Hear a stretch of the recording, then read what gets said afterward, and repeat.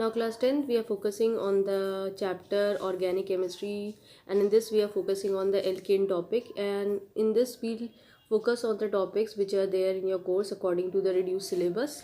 So let's give an introduction to the alkanes. You know that alkanes are saturated aliphatic hydrocarbons. Now what does it mean that they are aliphatic saturated aliphatic hydrocarbons? Because they contains carbon and carbon single bond in them, right?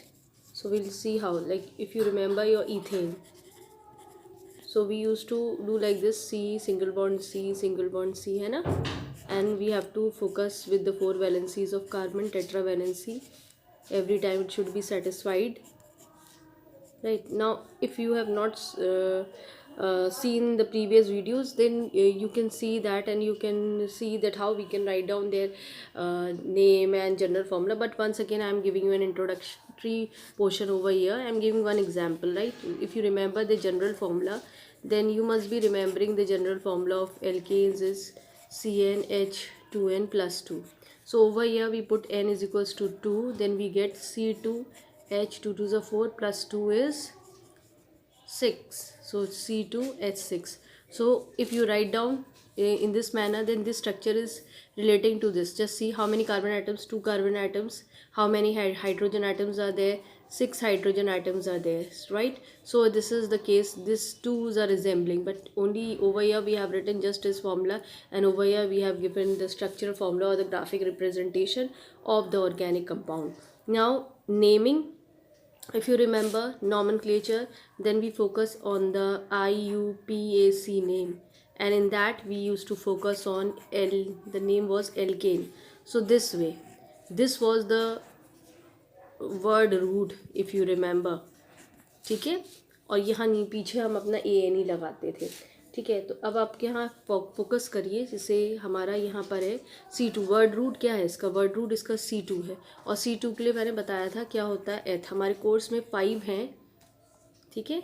एथ है, ये हटा दो, ठीक? जैसे मैंने बताया था C1 के लिए हम मेथ यूज़ करते हैं, C2 वर्ड रूट के लिए हम eth we use, C3 prop, C4 but, and C5 is spend. ये 5 ही है हमारे कोर्स में, अप टू 5 कार्बन एटम्स, लेकिन मैं थोड़ा एक्स्ट्रा भी लिखा देती हूँ, हेक्स, ठीक है? C7 is hept, C8 is oct, ठीक? अब देखो इसमें 2 आई थी हमारी वैल्यू, तो हमने एथ लिखा, और एल्केन के लिए हम ANE लगाते हैं, तो हमने यहाँ इसमें नाम क्या लिख दिया? ईथेन। कॉमन नेम भी इनका सेम होता है, IUPAC नेम। एक जनरल आइडिया हम लोग लेके चल रहे हैं, तो I think you are clear with it. Now please focus once again on the depth of it. जैसे हमने यहाँ कार्बन में देखा था, कार्बन के पास 2 कार्बन एटम्स थे, ये दोनों कार्बन एटम्स के बीच में कौन सा बॉन्ड लगा हुआ है? सिंगल कोवेलेंट बॉन्ड, ठीक है? हर कार्बन एटम्स की अपनी 4 वैलेंसी होती है, ठीक है, जो टेट्रा वैलेंसी सेटिस्फाइड करता है। अब इसको हाइड करो, how many valencies you are seeing? 4। तो basically carbon is showing its tetra valency. It's clear to you? Now let's come to this part that single bond है ये, तो इसीलिए इसको हम सैचुरेटेड वर्ड यूज़ करते हैं। ये भी हमने अपनी प्रीवियस वीडियोज़ में डिस्कस करा है। एल्केन्स का एक अदर नेम भी होता है, कॉमनली उसको कह सकते हो पैराफीन्स बोला जाता है, ठीक है? Alkanes are known as paraffins. Now why they are, ये क्वेश्चन बन सकता है, why alkanes are known as paraffins, तो you should know the answer of it. First of all देखो, पैराफीन में 2 वर्ड्स आ रहे हैं, ठीक है, जो कि लैटिन से ओरिजिनेटेड है, लैटिन वर्ड से पेरियम, PARUM, पेरियम, ठीक है? और इधर अपने देखा जाए तो एफिन्स, ठीक है? इसका मतलब होता है एफिनिटी, किसी चीज़ से प्यार, और ये होता है little. Now the next point you see that I have already mention you just now कि these carbons have the single bond, ठीक है ना?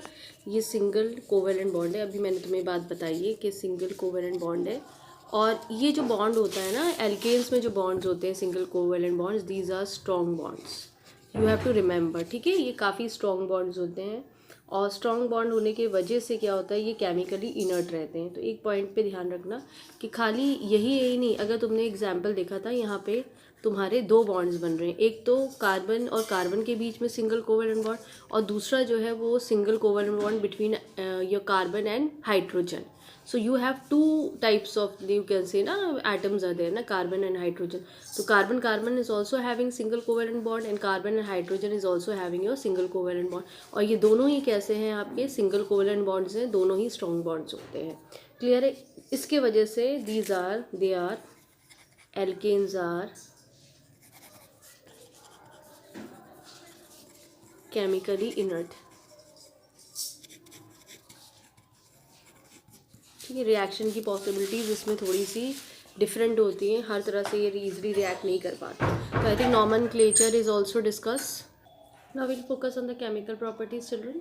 Now you must be seeing many things in your books, but I am making the video according to your reduced syllabus, so I am only discussing that portion that is coming in your reduced syllabus of 2020. It's not I don't know what will come in 2000 this thing after 21, but it's the session is 2020 to 2021, so I am just making the videos according to that only, your reduced syllabus, because of that is COVID-19, so that's why the syllabus was reduced. So let's talk about the chemical properties. So in this you have to focus that these alkanes undergoes, this is the important question that comes in the board examination, they undergoes substitution reaction, right? This is one of the very common fill in the blank, that a difference is being asked between the alkanes or your alkynes. Then when we talk about alkanes or alkenes or alkynes, then this is the major difference between them, that alkanes undergo substitution reaction, but your alkenes and alkynes does not goes substitution reaction. Now what is this substitution reaction? In the book the detailing is been not written, but you have to understand about the alkanes reaction. This reaction basically होता क्या है ना, कि तुम्हारे पास alkene है, ठीक है. Alkene में क्या होते हैं, हाइड्रोजन अटैच्ड होते हैं. तो इसमें मैं थ्योरेटिकल लिखवा दूंगी, लेकिन मैं भी समझा रही हूँ. अब यही हाइड्रोजन क्या हो जाता है, ये किसी दूसरे एटम से या ग्रुप से आप रिप्लेस करते हो. बेसिकली डिस्प्लेसमेंट या सब्सटीट्यूशन का रिएक्शन है ये. आप इसको सब्सटीट्यूशन रिएक्शन बोलने या डिस्प्लेसमेंट, डायरेक्ट डिस्प्लेसमेंट भी कह सकते हैं. तो क्या होता है कि किसी दूसरे एटम, कोई दूसरा एटम हमने सपोज करो एक्स लिया, उससे रिप्लेस करा दिया से, तो बेसिकली क्या होगा, एच की जगह एक्स आ जाएगा और एक्स जो है वो, एच जो है वो हट जाएगा. ठीक है, ठीक. अभी मैं ऐसे ही बना दे रही हूँ, मैंने ना प्लस लिखा है ना, चलो इसको प्लस लिख देती हूँ, क्योंकि आयनिक रिएक्शन फॉर्म में बता रहे हैं. ठीक है, अब ये एक्स जो है, इट कैन बी एनीथिंग, कोई अदर एटम हो सकता है. ठीक है, अदर एटम, कोई हैलोजन हो सकता है, जैसे आप कोई भी हैलोजन यूज़ कर सकते हैं. तो ये बेसिकली आपका सब्स्टिट्यूशन, ये एक इनडायरेक्ट आइडिया मैं बता रही हूँ. This is the theoretical portion which you can see the direct displacement और सब्स्टिट्यूशन ऑफ एन एटम और a group of atom by the another atom और ग्रुप. एग्जाम्पल जैसे मैंने दिया रखा है, एल्केन्स में मैंने बताया ना कि हाइड्रोजन को आपने किसी हैलोजन से रिप्लेस कर दिया, तो आप हाइड्रोजन को क्लोरीन से रिप्लेस कर दीजिए या ब्रोमीन एटम से रिप्लेस कर दीजिए, तो बेसिकली आपका सब्स्टिट्यूशन रिएक्शन हो जाता है. Now will focus with the reaction जो हमारे कोर्स में, जैसे मीथेन का रिएक्शन है. ठीक है, मीथेन का रिएक्शन होता है, आप यहाँ Cl2 के साथ आप लिया रखा है, और यहाँ पे थोड़ा कंडीशंस याद करनी है. डिफ्यूज सनलाइट साथ लिख लेना, या आप यूवी लाइट यूज़ कर सकते हो, या आप हीट यूज़ कर सकते हो, कोई भी कंडीशन यूज़ कर सकते हो. तो इसमें एक कंपाउंड बनता है, न्यू कंपाउंड बनता है, और आपका HCl मिलता है. अब देखो इसे कैसे करना है. आपके पास CH4 है, हर बार H को हटाइए, उसकी जगह Cl लगाइए. ठीक है, तो करना क्या है आपको, एक बार आपको H को हटाना और Cl. अब जैसे आपने H हटाया, तो यहाँ H कितने रह जाएंगे, 3 टाइम्स रह जाएंगे, क्योंकि एक हटा, और उसकी जगह क्या लगाना है आपको, Cl लगाना है. अब जो H बचा है वो क्या बना रहा है, क्योंकि यहाँ पे 2 Cl है, एक Cl तो यहाँ आ गया, दूसरा Cl क्या आ गया, यहाँ HCl आ गया. ठीक है, ऐसी ये कंडीशन आपकी नॉर्मल कंडीशन पे हुई. अब आपका ये प्रोडक्ट बन जाएगा, क्योंकि रिएक्शन थोड़ा याद रखना, सब्स्टिट्यूशन मतलब होता है हाइड्रोजन का हमने रिप्लेसमेंट कराया किसी दूसरे एटम से। यहाँ हमने Cl एटम ले रहे हैं, ठीक है, क्लोरीन का एटम ले रहे हैं। अब यहाँ पे कितने हाइड्रोजन है, 4 है, तो 4 टाइम ये रिएक्शन चलेगी। जितने हाइड्रोजन होते हैं उतने, कार्बन से कोई मतलब नहीं है, हाइड्रोजन से मतलब है, ठीक है। तो जितने कार्बन के सॉरी जितने हाइड्रोजन होंगे उतनी ही स्टेप में रिएक्शन चलेगी। 4 हाइड्रोजन है, 4 स्टेप चलेगा। फिर दोबारा से आप ये वाला प्रोडक्ट बनाओगे, CH3 Cl + Cl2। अब यहाँ फिर रिप्लेस करो, एक हाइड्रोजन हटाओ, 3 में से 1 हटा, कितना हुआ 2, और यहाँ पे एक ऐड करो, ठीक है। तो यहाँ क्या हुआ HCl। अब ये आपका प्रोडक्ट बन गया जो रिएक्टेंट की तरह बिहेव करेगा, ठीक है। फिर आपने Cl2, अच्छा अब यहाँ से कंडीशन जो है वो एक्सिस पे चलती है, ठीक है। फिर आपने एक हाइड्रोजन हटाया, यहाँ सिंगल बचा, यहाँ एक क्लोरीन जुड़ गया, Cl3 हो गया, ये HCl हो गया। फिर आपने बढ़े CHCl3 + Cl2, ठीक है। फिर एक ही हाइड्रोजन है CCl4, यहाँ पे एक ऐड ऑन हो जाएगा प्लस HCl। तो आपने देखा 4 हाइड्रोजन थे, 4 स्टेप में रिएक्शन चली। और हर बार क्या करना है, यू हैव टू रूल याद कर लेना, remove 1 hydrogen and add 1 chlorine, ठीक है। तो ये remove 1 hydrogen and add 1 chlorine, ये एट अ टाइम, ठीक है, एक वक्त में। उसी वक्त में आपको हाइड्रोजन भी हटाना है और क्लोरीन को एडिशन कर। अब देखो यहाँ तुम्हारे 4 अलग अलग तरीके के कंपाउंड्स बने हैं, ठीक है। CHCl3 CCl4। अब इनके नाम भी तुम्हें बहुत इंपॉर्टेंट है याद करना, लेकिन हम तुम्हें याद नहीं करवाएंगे, हम तुम्हें चाहेंगे तुम अपने आप लिखो। अब तुमने यहाँ याद करो, ये तुमने करा रखा है, हेलो एल्केन्स की कैटेगरी है, ठीक है। ये सारी इतना तो समझ, इसीलिए मैंने तुम्हें कहा था कि हेलो एल्केन्स मैंने वहाँ सिखाया था तुम लोग को, ताकि तुम नेम लिख सको। अब यहाँ पे बहुत ध्यान दो, कार्बन का स्ट्रक्चर, अगर तुम इनका स्ट्रक्चर ड्रॉ करते हो तो ये पहले वाला केस जो है वो ऐसे दिखेगा। C1 है, वर्ड रूट क्या है इसका, मेथ है।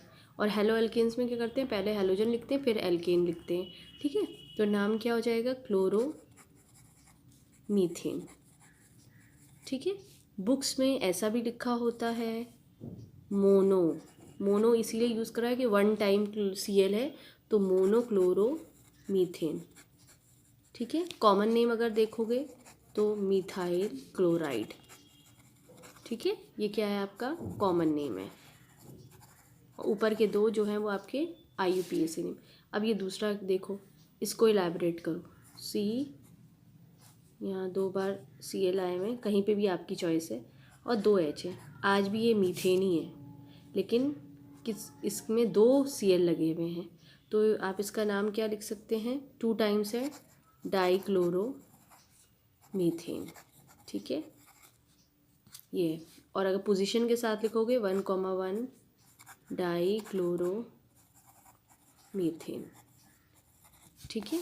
ये दोनों इसके IUPAC नेम है। कॉमन नेम अगर इसका लिखोगे तो ये हो जाएगा मिथिलीन डाइक्लोराइड, ठीक है। It's clear this way. Now let's come to this part, CHCl3, this also we see 3 times Cl is there, तो it is ट्राइक्लोरोमीथेन, क्योंकि मीथेन ही का केस है, वर्ड रूट तो इसमें मेथ ही है, ठीक है। अब बच्चा अगर पोजीशन लिखना जाए तो 1,1,1 ट्राइक्लोरोमीथेन ऐसे भी लिख सकता है बच्चा, ठीक है। और इसका एक कॉमन नेम भी होता है, क्लोरोफॉर्म नाम सुना है, इसका कॉमन नेम जो है वो क्लोरोफॉर्म, ठीक है। अब लास्ट वाला जो था हमारा CCl4 था, ये क्या था हमारा CHCl3। अब ये CCl4, एक कार्बन है, 4 वैलेंसी सेटिस्फाइड होगी सब Cl एटम से, ठीक है। अब इसका how many times the carbon atoms are there, 4 times, तो 4 के लिए हम क्या यूज़ करते हैं, टेट्रा क्लोरोमीथेन। ये भी मैंने तुम्हें सिखाया था ना कि अगर 2 टाइम्स कोई चीज़ आती है तो हम उसको, अगर 1 टाइम आएगी तो उसको हम मोनो लिखेंगे, 2 टाइम्स आएगी तो डाई लिखेंगे, 3 टाइम्स आएगी तो ट्राई लिखेंगे, 4 टाइम्स आएगी तो टेट्रा लिखते हैं, 5 टाइम्स आती है तो पेंटा लिखते हैं, 6 टाइम्स अगर कोई चीज़ आ रही है तो हेक्सा, इतना आगे तो आएगा नहीं, लेकिन एक जनरल आइडिया है, ठीक है। तो this way you can do it. Now I am the reaction, the other reaction I am showing you from the book of ethane. Now children, just see, ethane reaction, the 6 hydrogen atoms हैं, तो the reaction will takes place 6 times. So just see, same conditions है। अभी इसमें मैंने कहा था ना, carbon को नहीं टच करना है, रिप्लेसमेंट सिर्फ कितना है, हाइड्रोजन का होना है। तो फर्स्ट टाइम में एक हाइड्रोजन हटा, 5 बचा, यहाँ एक सिंगल जोड़ा Cl और यहाँ HCl हुआ, ठीक है। नाम बाद में करेंगे, फिर यही जो प्रोडक्ट है रिएक्टेंट बन जाएगा। अब फिर हाइड्रोजन तुमने रिप्लेस करा, 5 थे, अब क्या बचेंगे 4, और यहाँ एक ऐड हो जाएगा Cl, तो यहाँ क्या है 4 और यहाँ 2, C2H4Cl2, HCl फिर एज अ बाई प्रोडक्ट निकला। फिर यहाँ पे यही प्रोडक्ट यहाँ रिएक्टेंट बन जाएगा, C2H4Cl2, फिर Cl2 के साथ रिएक्शन करोगे तो यहाँ पे एक रिप्लेस करोगे तो ये H3 हो जाएगा, और यहाँ एक Cl बढ़ेगा तो ये Cl3 हो जाएगा। देखो बेटा, अब यहीं पे देखो, इस वाले रिएक्शन में देखो, इसमें एक H हटेगा तो ये H2 हो जाएगा, यहाँ Cl जुड़ेगा, ये Cl4 हो जाएगा, यही लिखा है। फिर नेक्स्ट रिएक्शन में आओ, यहाँ पे एक H हटेगा, Cl जुड़ेगा तो यहाँ C2HCl5। फिर नेक्स्ट इसमें ये H हटेगा, यहाँ एक जुड़ेगा C2Cl6, ठीक है। नेम क्या हो जाएगा, सेम वही है, वहाँ मीथेन लिखा हुआ था, यहाँ 1 टाइम क्लोरीन है तो मोनोक्लोरो इथेन, 2 टाइम्स क्लोरीन है तो die chloro ethane, 3 times chlorine है ट्राई क्लोरो इथेन है, 4 टाइम्स क्लोरीन है tetra chloro ethane, 5 times chlorine है पेंटा क्लोरो इथेन, 6 टाइम्स क्लोरीन है हेक्सा क्लोरो इथेन, ठीक है। This way. Now please children, in your books these types of reduction conditions are given to you, so please learn these conditions also, these are very important. Now next reaction is oxidation reaction. You know oxidation is what, addition of oxygen और removal of hydrogen. यहाँ पे जो तुम्हें ध्यान देना है, यहाँ पे आपका addition of oxygen होगा, और ये बेसिकली 2 तरीके के रिएक्शन चलेंगे, एक कंप्लीट ऑक्सीडेशन होता है, एक इनकम्प्लीट। मैं दोनों बताऊंगी। एग्जाम्पल्स यहाँ फोकस तुम्हें करना है मीथेन और इथेन पे, इसके अलावा कुछ नहीं। जब कंप्लीट ऑक्सीडेशन होता है, जिसको हम combustion in excess of air भी कहते हैं, उस कंडीशन में जब भी तुम एल्केन लोगे और ऑक्सीजन के साथ रिएक्ट करोगे तो एक आउटकम हमेशा याद रखना कि एक तो ये एक्सेस है, एयर में ही ऑक्सीजन है, ठीक है। यहाँ पे जो प्रोडक्ट्स बनते हैं वो हमेशा कार्बन डाइऑक्साइड प्लस वाटर, ठीक है, और प्लस हीट जनरेटेड होती है, ये रूल है इसका। एल्केन जब रिएक्ट करते हैं एयर से, एयर एक्सेस में होनी चाहिए, तो कार्बन डाइऑक्साइड बनता है और वाटर, और साथ में हीट लिबरेट होती है, ठीक है। Now let's come to this part. अब हम इसमें रिएक्शंस देखेंगे, ये हमने रूल लर्न कर लिया है। So according to a rule we are using the alkane, हमारे कोर्स में 2 ही हैं इसमें, मीथेन और इथेन, ठीक है। एक्सेस ऑफ एयर में रिएक्ट करता है तो आउटकम क्या है, आँख बंद करके CO2 प्लस वाटर लिखना है और हीट का साइन। अब बैलेंसिंग ये हमारी ड्यूटी है कि हम इसे बैलेंस करेंगे, तो बैलेंस करने के लिए यहाँ पे 2 लगाओ, ठीक है, यहाँ पे 2 लगाओ, ये हमारे पास बन गया है, ठीक है। मीथेन और इथेन में देखो, ये अपने मीथेन ही है, इथेन को भी ले लो, C2H6 plus oxygen excess condition में, यहाँ पर भी वही मिलेगा, CO2 plus water plus heat. Balancing करने के लिए आप 2, 7, 4 एंड 6, ठीक है, और हीट आपकी निकल रही है। प्रोडक्ट्स यही बनने हैं, CO2 एंड वाटर। बैलेंसिंग आपको अब इतने बड़े हो गए हैं कि खुद करना आना चाहिए, लेकिन यहाँ पे कोई चीज़ें हैं जो आपको रिमेंबर करनी है रिगार्डिंग मीथेन और इथेन की।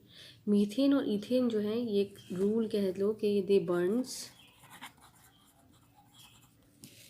With a blue non-luminous flame, ठीक है, ये याद रखना है आपको। They burns with a blue non luminous flame से ये बर्न करती हैं, ठीक। अब हमारे पास है इनकम्प्लीट कंबशन को भी देख लो, या इनकम्प्लीट ऑक्सीडेशन और कंबशन।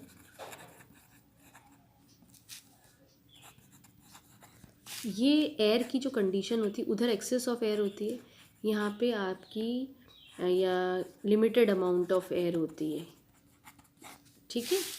तो इसको इनसफिशेंट भी कह सकते हो, या फिर बुक्स में लिमिटेड भी एयर लिखी होती है, कंडीशन है ये बेसिकली।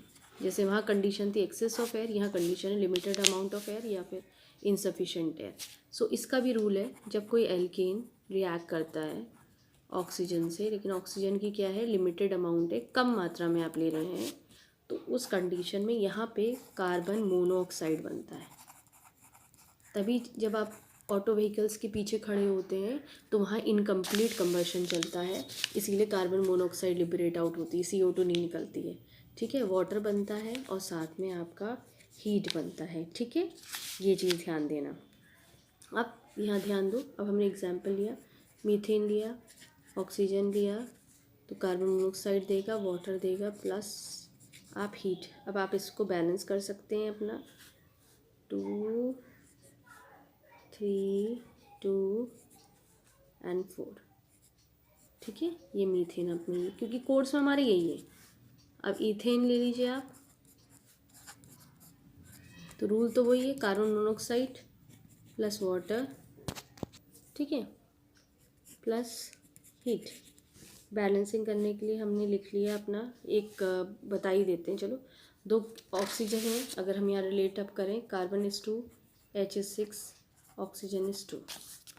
यहाँ पे देखते हैं, कार्बन 1 है, ऑक्सीजन 2 है, H हमारे 2 हैं, तो यहाँ हमारी बैलेंसिंग नहीं है, ठीक है। अब हमें यहाँ पे फोकस करना है अपने हाइड्रोजन एटम्स पर कि हम क्या लें। अगर हम लिमिट पोर्शन लेके चलते हैं 2, सपोज करो हमने 2 से यहाँ कटा, अब हम देखते हैं ये कितना हो जाएगा, ये चेंज हो जाएगा 4 में, ये हो जाएगा 12 में, ऑक्सीजन अभी भी 2 है, ठीक है। अब इसको ही लेके चलें, यानी हमें यहाँ पे अगर इस पर फोकस करते हैं तो यहाँ पे 4 है, तो यहाँ पे हमें 4 लगाना पड़ेगा, जिसकी वजह से हमारा कार्बन क्या हो जाएगा, 4 में चेंज हो जाएगा। ऑक्सीजन कितना हो गया, 4 + 1 = 5, लेकिन अभी हमने हाइड्रोजन बैलेंस नहीं करा है। 12 करने के लिए, यहाँ करने के लिए हमें क्या लिखना पड़ेगा, 6, 6 2 = 12, तो ये भी हमारा 12 हो गया। ऑक्सीजन देखो कितना है, 6 + 4 इज़ हाउ मच, 10, और यहाँ ऑक्सीजन कितना है, 2, तो कौन सा नंबर लगाएं कि हमारा 10 आ जाए, तो हम यहाँ 5 डिप्यूट कर देंगे, 5 2 = 10। अब हमारी चीज़ बैलेंस हो गई।